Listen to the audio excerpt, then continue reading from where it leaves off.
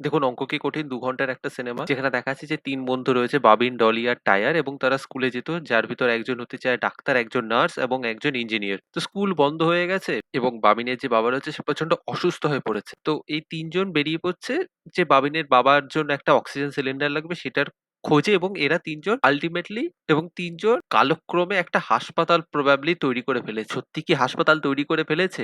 নাকি ৩ জন কিছু একটা ঘোরেল একটা কাজকর্ম করে ফেলেছে যার জন্য পুরো সিস্টেম নড়ে যাবে এবং তারপর কি হবে এই ৩ জনের বন্ধুত্বের বাকিটা জানতে গেলে আপনারা দেখে নিন 'অঙ্ক কি কঠিন' ডিরেক্টেড বাই সৌরভ পালোধি। দেখুন সৌরভ পালোধির নাম আমি খোলামকুচিতে দেখেছি এবং 'মিরাক্কেল' এর আমি তার কয়েকটা এপিসোড দেখেছি।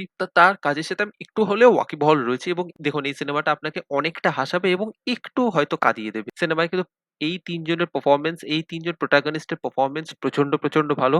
তাছাড়াও যারা সাপোর্টিং ক্যারেক্টার রয়েছে তাদের কিন্তু পারফরম্যান্স ডিসেন্ট, খুব একটা খারাপ না। ডিসেন্ট এবং তারা সাপোর্ট দিতে পেরেছে এবং এই ৩ জনের যে কেমিস্ট্রি রয়েছে সেটা তো অসাধারণ এবং এখানে যে গানের যে ইউজটা রয়েছে সেটাও খুব ভালো এবং আর ৪-৫ টা বাংলা সিনেমার থেকে এখানে ফ্রেমিংটা বিশেষ করে ডিওপি মানে ডিরেক্টর অফ ফটোগ্রাফির যা কাজ করেছে সেটা কিন্তু যথেষ্ট ভালো এবং এটা ওই যে স্লামটা ভারতের দারিদ্র্য জিনিসটাকে কিন্তু খুব পিকচারেস্ক ভাবে দেখিয়েছে। মানে খুব সুন্দরভাবে কলকাতাটাকে এটা ক্যাপচার করতে পেরেছে। কিন্তু এটা কলকাতার গল্প হয়েও কলকাতার গল্প না। কলকাতা থেকে একটু আলাদা গল্প। তো সেই জিনিসটাও আমার খুব ভাল লেগেছে। তো যেভাবে ট্রিট করেছে সেটা আমার খুব ভাল লেগেছে এবং ৩ জনের বন্ধুত্ব, কিছু জায়গায় পলিটিক্যাল পোকিং সেগুলো ভাল লেগেছে এবং তাছাড়াও পার্নো মিত্রর একটা রোম্যান্স চলছে সেই জিনিসটা ভালো। সেখানে ডায়ালগ রাইটিং ভালো।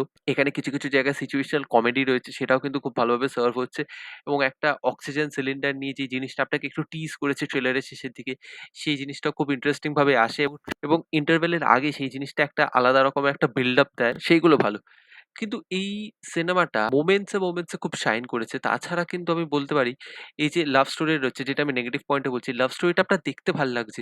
সেটা কিন্তু সিনেমাটাকে না তেমনিভাবে কিছু সার্ভ করতে পারছে না এবং ফাইনালি লাভ স্টোরির একটা ক্লোজার রয়েছে শেষের দিকে। কিন্তু এই লাভ স্টোরিটাকে যদি কেটে দেওয়া হয়, মানে লাভ স্টোরিটা দেখানো হলো না। ক্যারেক্টার গুলো রয়েছে কিন্তু ক্যারেক্টারের লাভ স্টোরিটা দেখানো হলো না। তাহলে হয়তো কোনো ইমপ্যাক্ট পড়বে না এই গল্পটার উপর।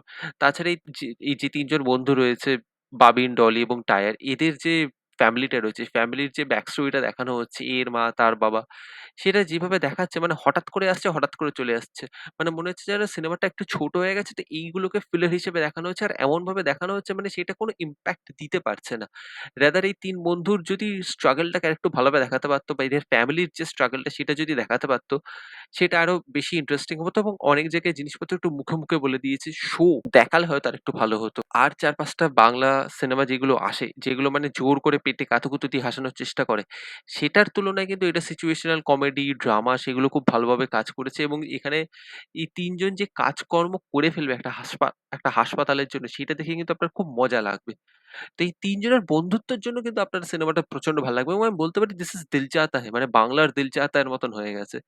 আমার কিন্তু যথেষ্ট এনজয় করেছি। একটা কামিং অফ এজ ব্যাপারও রয়েছে। একটা হালকা থ্রিলার রয়েছে, একটা হালকা রম-কম অ্যাঙ্গেল রয়েছে। মানে আপনি যদি একটা মাসালা সিনেমা দেখতে চান আমি বলতে পারি দিস ইস আ বেঙ্গলি মাসালা সিনেমা। যেটা দেখে আপনি এন্টারটেইনড হবেন। তো এন্টারটেইনমেন্ট ভ্যালু কিন্তু আপনাকে ফুল অন দেবে এবং আপনি যখন মোমেন্টস গুলো দেখবেন, মোমেন্টস গুলো যখন এনজয় করবেন, আমি যে ঘাটতিগুলো বলছি এই যে ভুল ত্রুটিগুলো আমি ধরে দিচ্ছি, সেগুলো কিন্তু আপনাকে momentarily সেগুলো আপনার চোখে পড়বে না বা সিনেমাটা যখন শেষ হয়ে আসছে তখন আপনার চোখে পড়বে। তো আমি হাইলি রেকমেন্ড করব এই সিনেমাটা কিন্তু একটা চান্স ডিজার্ভ করে। আমি নন্দনে দেখেছি ৳৫০ র ticket.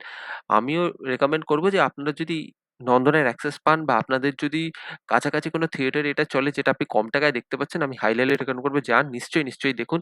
This deserves a chance. This is a good movie. মানে আমি জেনারেলি বলি average but this is a good movie which deserves a chance.